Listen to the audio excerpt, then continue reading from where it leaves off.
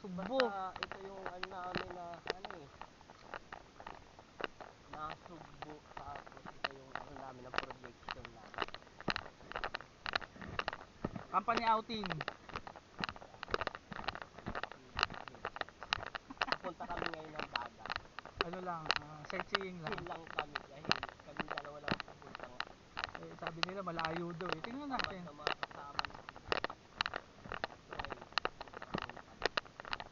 Sayang, maganda sana mamimit dun, no? Check muna namin yung site. Para bukas Ano? alam na nila. Ocular. Oo, para alam na nila bukas kung pupunta. May ocular kami para bukas, set up na. Pero parang lumusot kasi yung lugar na to. Parang military ano dito yan. Bawal daw lahat ng... May mga senador daw kasi rito. Sabi nung may-ari, nandito raw yung bahay ni Loren Legrand. Yung sa kabilang side. Dito. Ay, sa banda. Mm. Yung tinitirhan natin, Mm.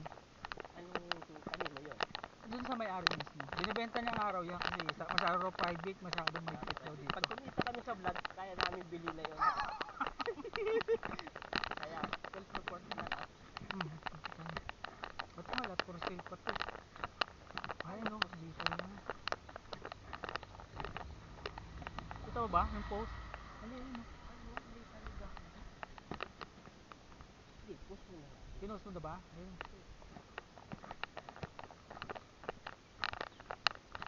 Ang ganda na ano nyo, pwede mamingwit to nyo. Tapos bababa raw, papunta ng kakanan daw. Pagkitahin tayo. Hindi naman tayo nag-ano. Paano ba yun, sir? Hindi. Babalik na tayo. Pag tatawag yun.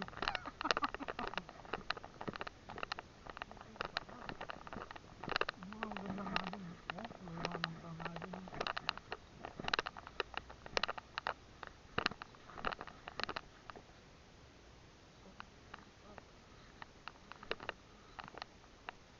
Harap mo na lang. Takal ba yan? Di naman takal yan eh.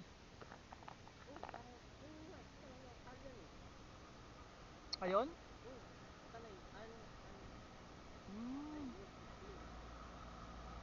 Gandang ano yun, fishing spot oh. Sayang. Awit.